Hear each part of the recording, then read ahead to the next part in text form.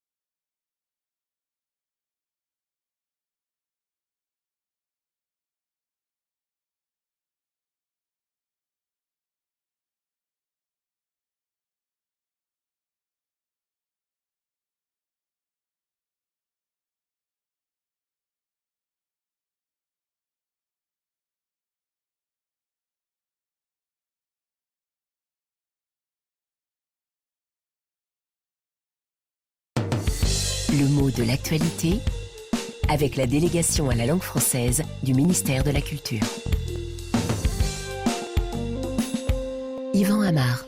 La Coupe du monde de rugby qui se déroule en France cette année a bien sûr multiplié l'attention qu'on porte à ce sport dans le pays. Et chaque match est regardé avec passion par les amateurs qui prolongent ce moment sportif après la rencontre. La partie terminée, le rugby continue d'une certaine façon pendant un petit moment. On est encore un peu dans cette atmosphère.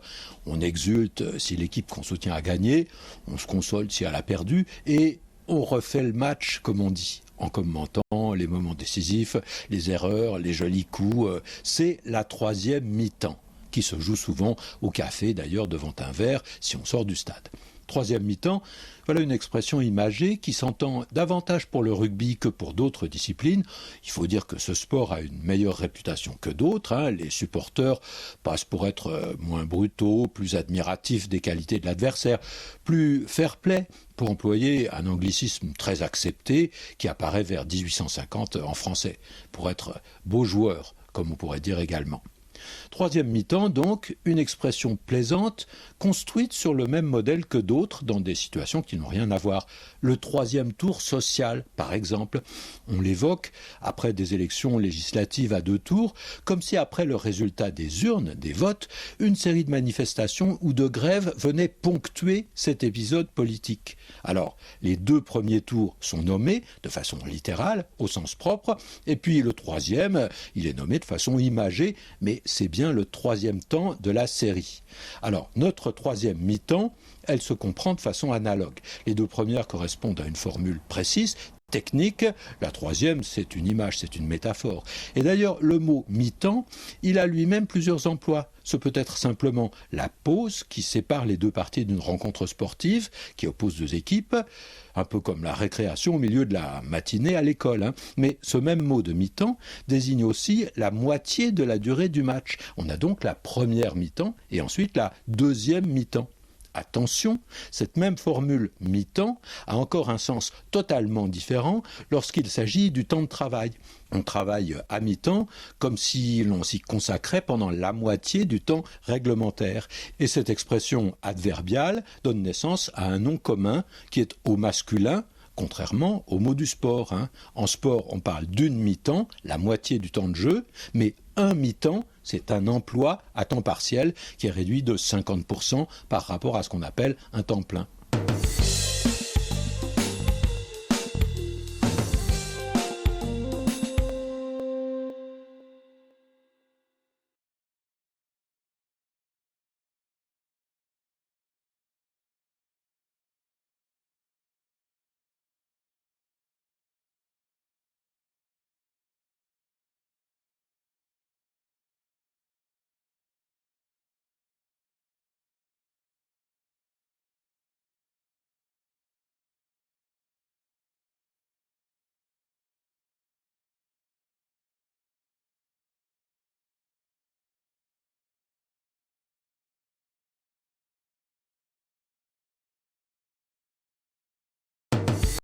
Le mot de l'actualité avec la délégation à la langue française du ministère de la Culture.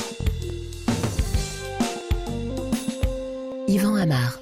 La Coupe du monde de rugby qui se déroule en France cette année a bien sûr multiplié l'attention qu'on porte à ce sport dans le pays. Et chaque match est regardé avec passion par les amateurs qui prolongent ce moment sportif après la rencontre. La partie terminée, le rugby continue d'une certaine façon pendant un petit moment. On est encore un peu dans cette atmosphère. On exulte si l'équipe qu'on soutient a gagné, on se console si elle a perdu et on refait le match comme on dit, en commentant les moments décisifs, les erreurs, les jolis coups. C'est la troisième mi-temps qui se joue souvent au café d'ailleurs devant un verre si on sort du stade. Troisième mi-temps, voilà une expression imagée qui s'entend davantage pour le rugby que pour d'autres disciplines.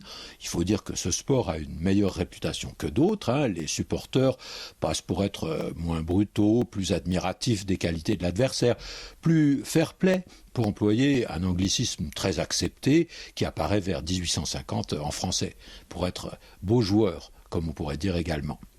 Troisième mi-temps, donc, une expression plaisante, construite sur le même modèle que d'autres dans des situations qui n'ont rien à voir.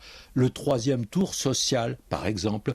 On l'évoque après des élections législatives à 2 tours, comme si après le résultat des urnes, des votes, une série de manifestations ou de grèves venait ponctuer cet épisode politique. Alors, les 2 premiers tours sont nommés de façon littérale, au sens propre, et puis le troisième, il est nommé de façon imagée, mais c'est bien le troisième temps de la série. Alors, notre troisième mi-temps, elle se comprend de façon analogue. Les 2 premières correspondent à une formule précise, technique. La troisième, c'est une image, c'est une métaphore. Et d'ailleurs, le mot mi-temps, il a lui-même plusieurs emplois. Ce peut être simplement la pause qui sépare les 2 parties d'une rencontre sportive, qui oppose 2 équipes, un peu comme la récréation au milieu de la matinée à l'école. Mais ce même mot de mi-temps désigne aussi la moitié de la durée du match. On a donc la première mi-temps et ensuite la deuxième mi-temps. Attention, cette même formule mi-temps a encore un sens totalement différent lorsqu'il s'agit du temps de travail. On travaille à mi-temps comme si l'on s'y consacrait pendant la moitié du temps réglementaire.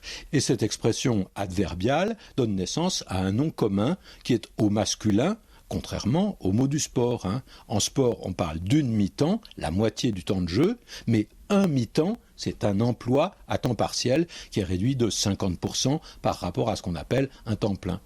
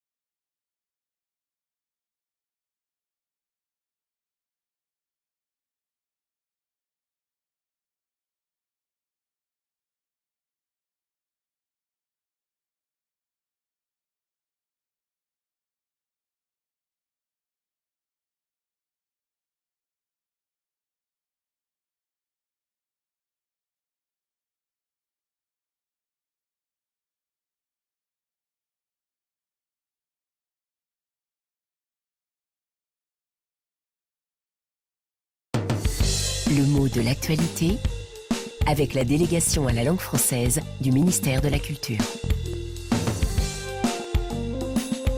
Yvan Amar.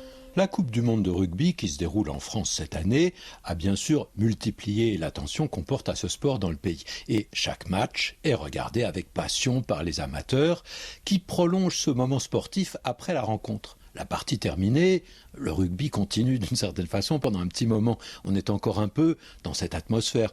On exulte si l'équipe qu'on soutient a gagné, on se console si elle a perdu et on refait le match, comme on dit, en commentant les moments décisifs, les erreurs, les jolis coups. C'est la troisième mi-temps, qui se joue souvent au café, d'ailleurs, devant un verre, si on sort du stade. Troisième mi-temps, voilà une expression imagée qui s'entend davantage pour le rugby que pour d'autres disciplines. Il faut dire que ce sport a une meilleure réputation que d'autres. Les supporters passent pour être moins brutaux, plus admiratifs des qualités de l'adversaire, plus fair-play, pour employer un anglicisme très accepté qui apparaît vers 1850 en français, pour être beau joueur, comme on pourrait dire également. Troisième mi-temps, donc, une expression plaisante, construite sur le même modèle que d'autres dans des situations qui n'ont rien à voir. Le troisième tour social, par exemple, on l'évoque après des élections législatives à 2 tours, comme si après le résultat des urnes, des votes, une série de manifestations ou de grèves venait ponctuer cet épisode politique. Alors, les 2 premiers tours sont nommés de façon littérale, au sens propre, et puis le troisième, il est nommé de façon imagée, mais c'est bien le troisième temps de la série. Alors, notre troisième mi-temps, elle se comprend de façon analogue. Les 2 premières correspondent à une formule précise, technique. La troisième, c'est une image, c'est une métaphore. Et d'ailleurs, le mot mi-temps, il a lui-même plusieurs emplois. Ce peut être simplement la pause qui sépare les 2 parties d'une rencontre sportive, qui oppose 2 équipes, un peu comme la récréation au milieu de la matinée à l'école. Mais ce même mot de mi-temps désigne aussi la moitié de la durée du match. On a donc la première mi-temps et ensuite la deuxième mi-temps. Attention, cette même formule mi-temps a encore un sens totalement différent lorsqu'il s'agit du temps de travail. On travaille à mi-temps comme si l'on s'y consacrait pendant la moitié du temps réglementaire. Et cette expression adverbiale donne naissance à un nom commun qui est au masculin, contrairement au mot du sport. En sport, on parle d'une mi-temps, la moitié du temps de jeu, mais un mi-temps, c'est un emploi à temps partiel qui est réduit de 50% par rapport à ce qu'on appelle un temps plein.